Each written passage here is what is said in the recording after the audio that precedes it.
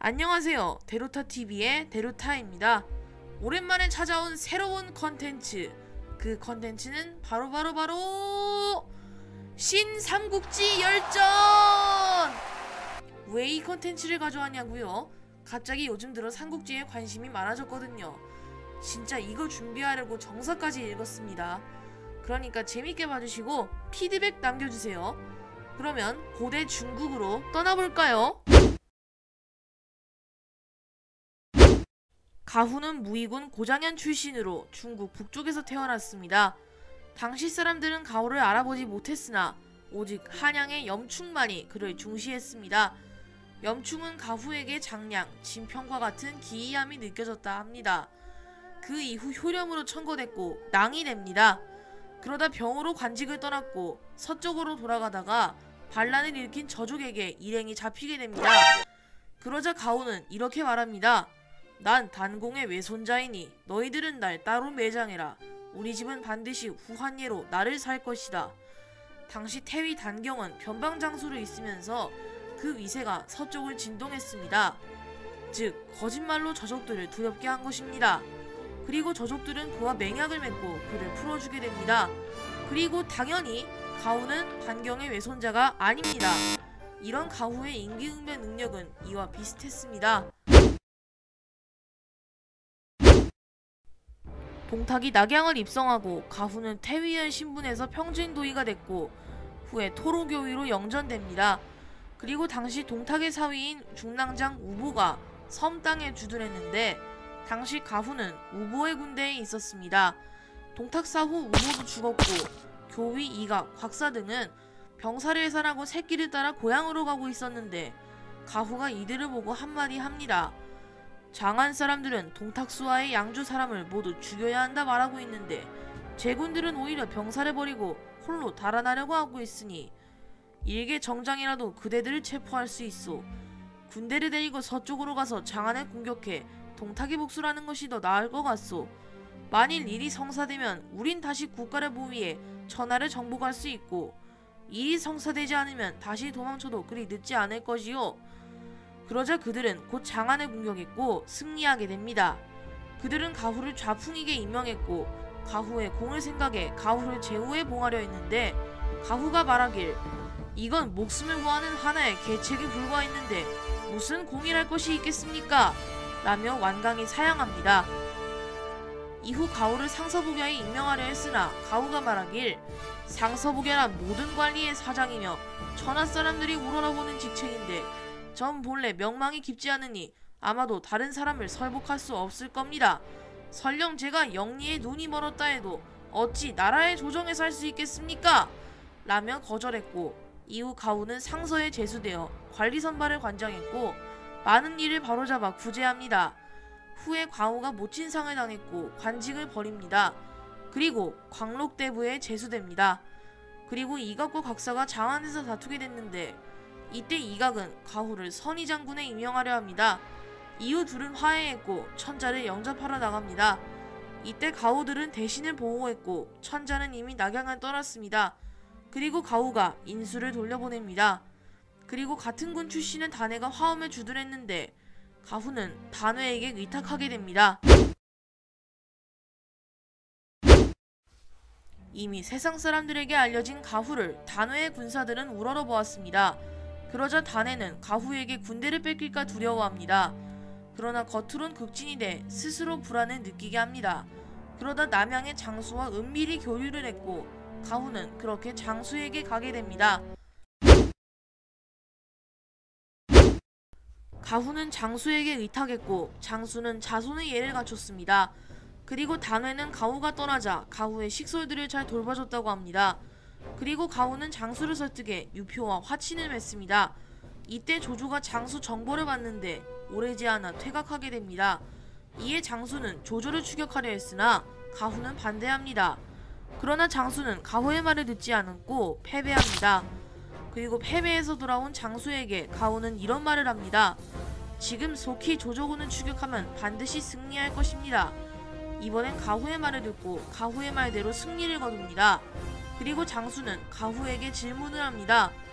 정예명을 이끌고 퇴각하는 조조군을 추격하려 하니 반드시 패할 것이라 말했고, 패한 후에 물러난 병사들로 승리를 거둔 조조군을 공격하면 반드시 이길 것이라 말했소. 모든 것이 공회말처럼 됐는데 보통의 원리와 위배되는 말로 어찌 모두 효험을 본 것이오? 그러자 가오는 대답합니다. 이는 쉽게 알 수 있습니다. 장군께선 용병술에 뛰어나나 조조의 적수가 못됩니다.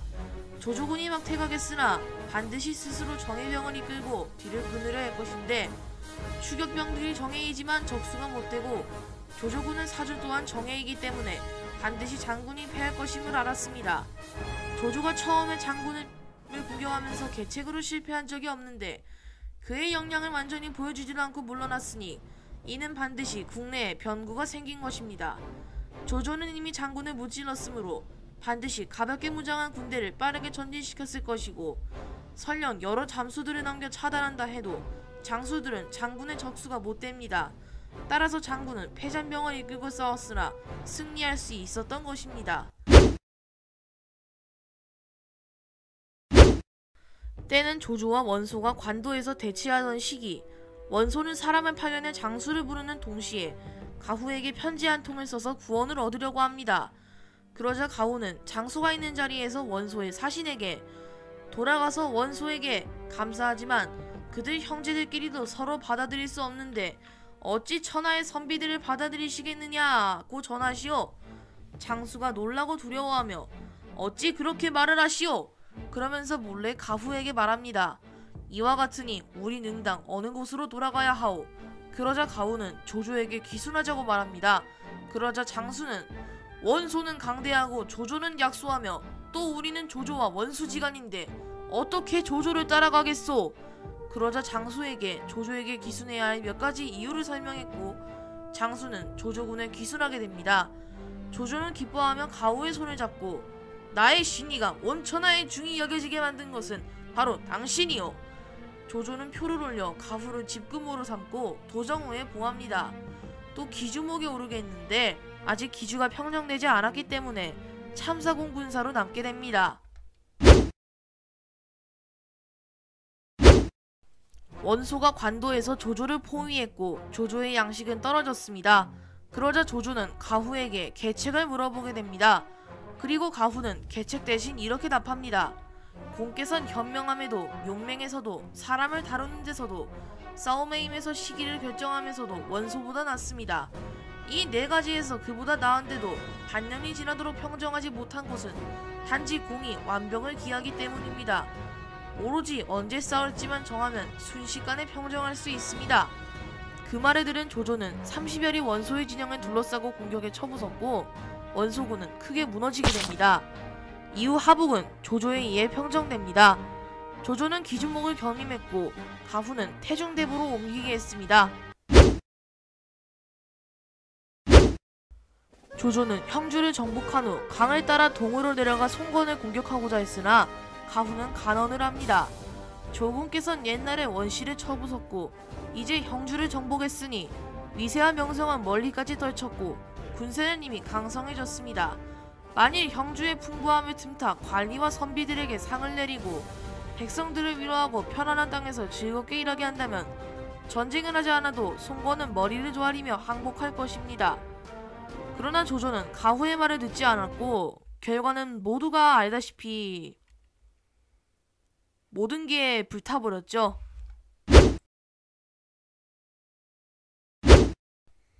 이후 한수와 마초등과 싸웠는데 마초등은 토지를 떼어주며 화친을 모색했고 자식들을 관료로 임명할 것을 요구했습니다. 가후는 거짓으로 이를 허락한 척 할 수 있다고 생각했습니다. 그리고 가후에게 조조가 계책을 물어봅니다.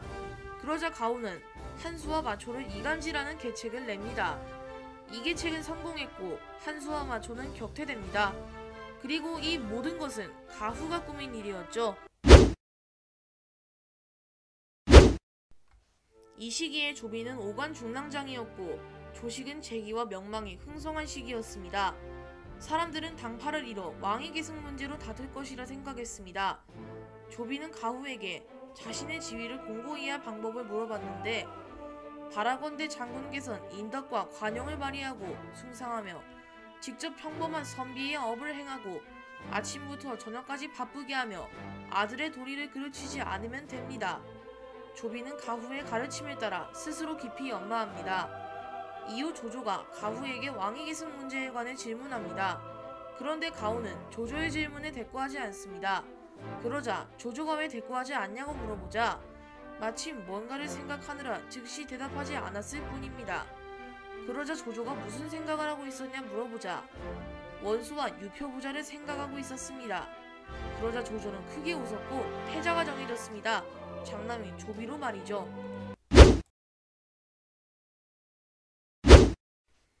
가후는 스스로 조조의 오랜 신하가 아니라고 여겼고 챙거와 깊고도 길었으나 다른 이에게 시기와 질투를 받는 것이 두려워 항상 문을 걸어잠그고 스스로를 지켰습니다.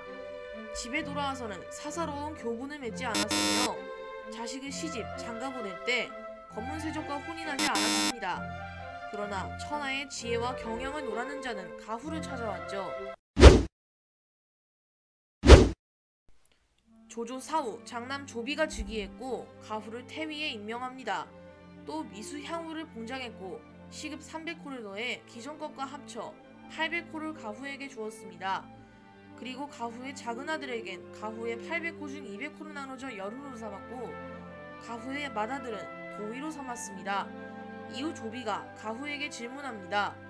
난 명령을 듣지 않은 사람을 청골해 천하를 통일하려고 하는데 오와 촉 중 어느 쪽을 먼저 토벌해야 하오?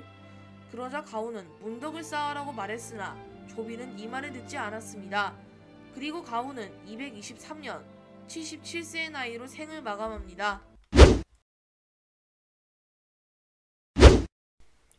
신삼국지 열전, 오늘은 가후에 대해 알아봤는데요. 오늘 처음 시작한 컨텐츠인 만큼 부족한 점이 많을 것 같습니다. 여러분들은 오늘 영상 어떻게 보셨나요? 재미있으셨다면 구독과 좋아요 눌러주시고 재미없으셨더라도 구독과 좋아요 눌러주시고 피드백 댓글을 달아주세요. 그럼 전 다음 영상에서 찾아뵙겠습니다. 복 받으세요.